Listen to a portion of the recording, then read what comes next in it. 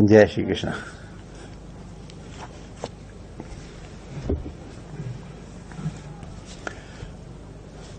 कृष्णाय वासुदेवाय हरये परमात्मने प्रणतक्लेशनाशाय श्री गोविंदाय नमो नमः। ठाकुर हमरे रमण बिहारी, हम हैं रमण बिहारी के साधु सेवा धर्म हमारा, काम न दुनियादारी से।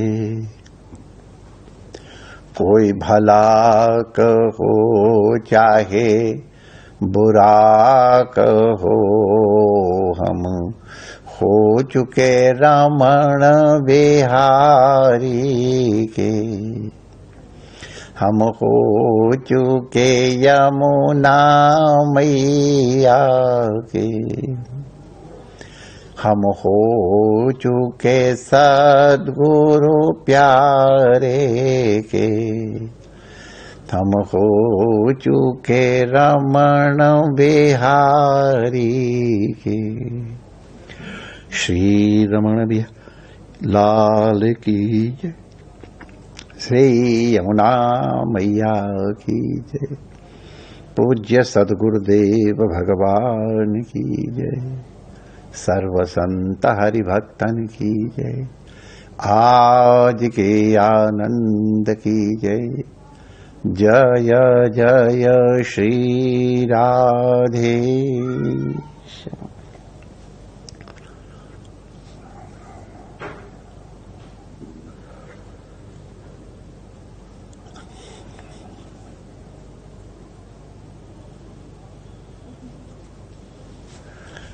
नारायण नारायण नारायण नारायण।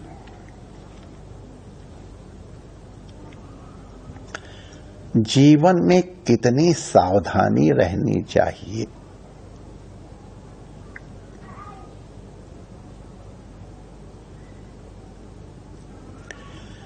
विवेक का संतुलन कितना बना रहना चाहिए।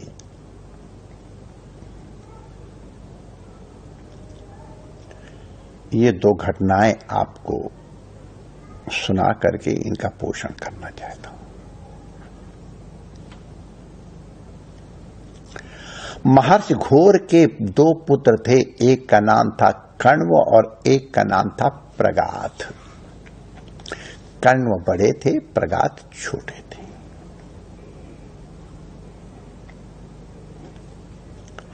गुरुकुल से दोनों साथ साथ विद्याध्ययन करके लौटे। ये दोनों भाई कण्व और प्रगाथ साथ साथ पढ़े बढ़े थे और आकर के साथ साथ रह रहे थे। कण्व का विवाह हो गया था, उनकी धर्मपत्नी बहुत पवित्र, ऋषि पत्नियां थी, पवित्र ही होती थी। महर्षि कण्व जंगल से समिधा लाने के लिए गए थे।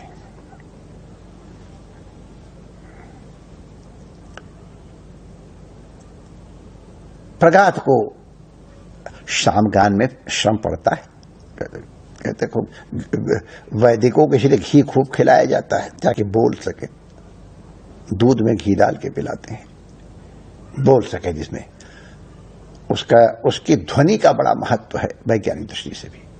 तो गान करते करते और थोड़ा उनको थकान सी आ गई, निद्रा आ गई और वो सो गए और अपना उनका शीश भाभी के जांघ के ऊपर आ गया। भाभी अपने ध्यान में थी, वो अपने ध्यान में सो गए। और देखो, कई लोग कहते हैं कि महात्मा बड़े क्रोधी होते हैं। हम उनकी बात का खंडन नहीं करते, होते तो हैं। उसका कारण हम बताएं। कि वो लोग एकांत में रहते हैं तो उनको किसी प्रकार के ये कोलाहल या इस प्रकार की घटनाएं इनका सामना नहीं करना पड़ता। सत्य इन तरह के आचरणों का उनको अनुभव नहीं होता है, उनकी सहन शक्ति बड़ी क्षीण होती इन विषयों की। आप लोग ध्यान रखना कि संतों की सहन शक्ति बड़ी थिन होती है। तो जरा वो हमारी जो कहावत है ना कि जोगी राजा अग्नि जल, इनकी उल्टी रीत, बच के रहियो घासी राम, समझ के राखो प्रीति। मैं थोड़ा शब्द बदल दिया है, सावधानी से राखो प्रीति। अग्नि कितना गुणवानी है, लेकिन फिर समझ लो जल भी सब जानते। तो राजा भी जो निकट होता है उसी को तो उत्कर्ष मिलता है और उसी को सबसे ज्यादा अपकर्ष भी मिलता है। तो योगियों के साथ भी है। तो महर्षि कण्वाए और पत्नी की गोद में सिर रखते सोकर देखे और चढ़ गया क्रोध, संविधा फेंक करके तो किसके संग इसको सुला रही है और ये कौन है, उटपटांग बोलना शुरू कर दिया और प्रगात की जोर से लात मारी, निकल यहां से, तेरा अभी आश्रम में कोई अधिकार नहीं, दरवाजा बंद, निकल यहां से। तो बेचारा हक्का बक्का सोच भाई साहब अभी क्या कह रहे हैं? अरे क्या कह रहा हूं, अरे क्या कर रहा था, कैसे सो रहा था, लज्जा नहीं आती तेरे को? उन्होंने कहा भाई साहब मैं तो आपको अपने पिता के समान आदर देता हूं, ये मेरी मां है, मैंने भाभी ने इनको मां समझा है। लक्ष्मण जी कहते हैं प्रभु मैं तो माता के पदवंदन करता है, नूपुर जानता हूं, ये ऊपर के आभूषणों से मैं परिचित नहीं हूं, मेरी मां है। उनकी पत्नी ने भी कहा अरे देवर तो पुत्र की तरह होता है, ये आप क्या कर रहे हो अनर्थ, मुझे ऐसी कल्पना कर रहे, तुम्हारा विवेक कहां गया? ऋषि की आंखें खुल गई, विवेक आ गया। उन्होंने तुरंत कहा अरे बहुत अपराध हुआ जा रहा, तुम लोग मुझे धन किया है।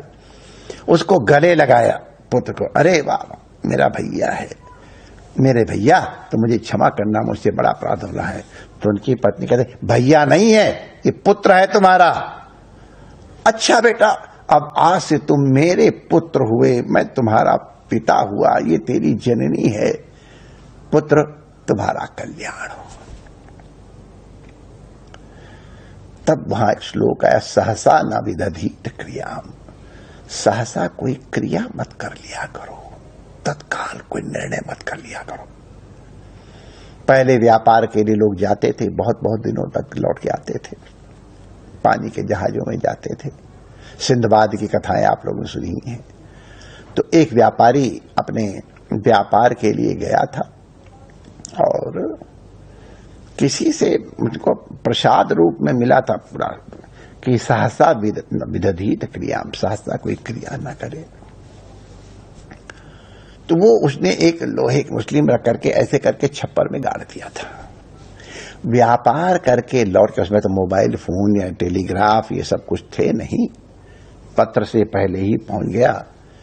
तो आया तो देखा उसकी पत्नी एक युवा के साथ एक बिस्तर के ऊपर लेटी हुई, न जाने क्या क्या मनोरंजन ले सके। यही हो रहा था मेरे पीछे, जवान के साथ समासन पे शयन कर रही है। उठा करके वही लोहे का लेस का सिर फोड़ देता हूं, खोला तो उसमें वो श्लोक निकल आया, सहसा न विदधीत क्रिया, अरे सहसा क्रिया मत करो। तो उसने उसको जो मारने के लिए तैयार हो रहा था, दुष्टे कौन है ये, किसके ससुरी? अरे उसने कहा प्रभु ये तुम्हारा पुत्र है। अच्छा, ओहो इतना बड़ा हो गया। बच्चों को बड़ा होने में कितनी देर लगती है। अपना पुत्र देखा, अब माँ और बेटे उसमें सो रहे हैं सबके, तो उसमें कौन सा अपराध हो गया। लेकिन कुदृष्टि के कारण वो वहां पर एक कितना बड़ा अनिष्ट हो जाता। इसलिए जब भी इस तरह की कोई चीज दिखाई पड़े कोई घटना हो, अपने विवेक के ऊपर बहुत संयम रखो, सहसा न विरहित क्रिया।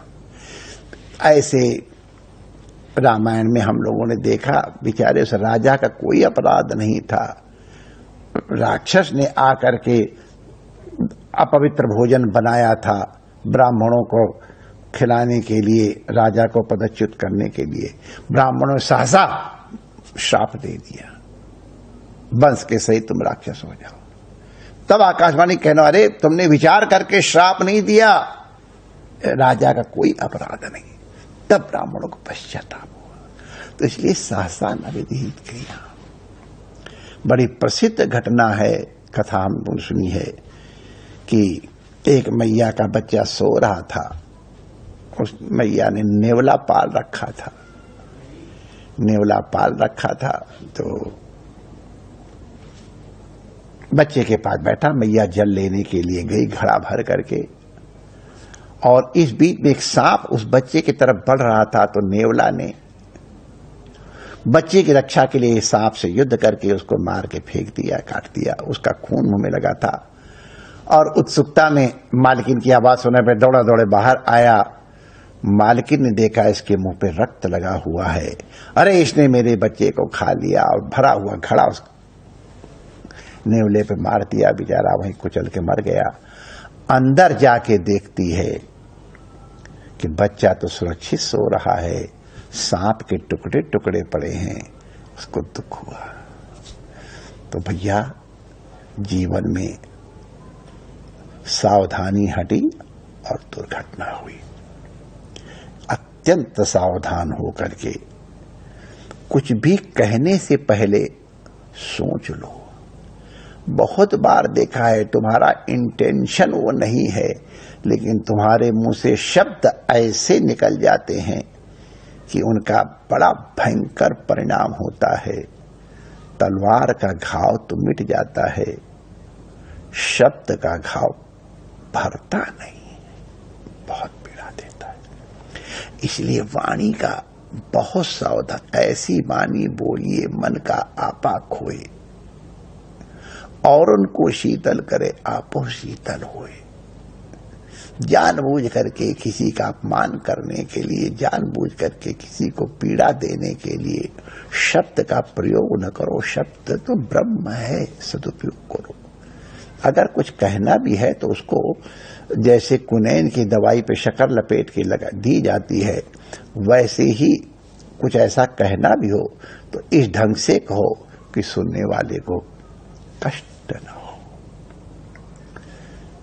एक कैसे कोई बात कही जाती है वो भी आज सीख ही ले हम लोग।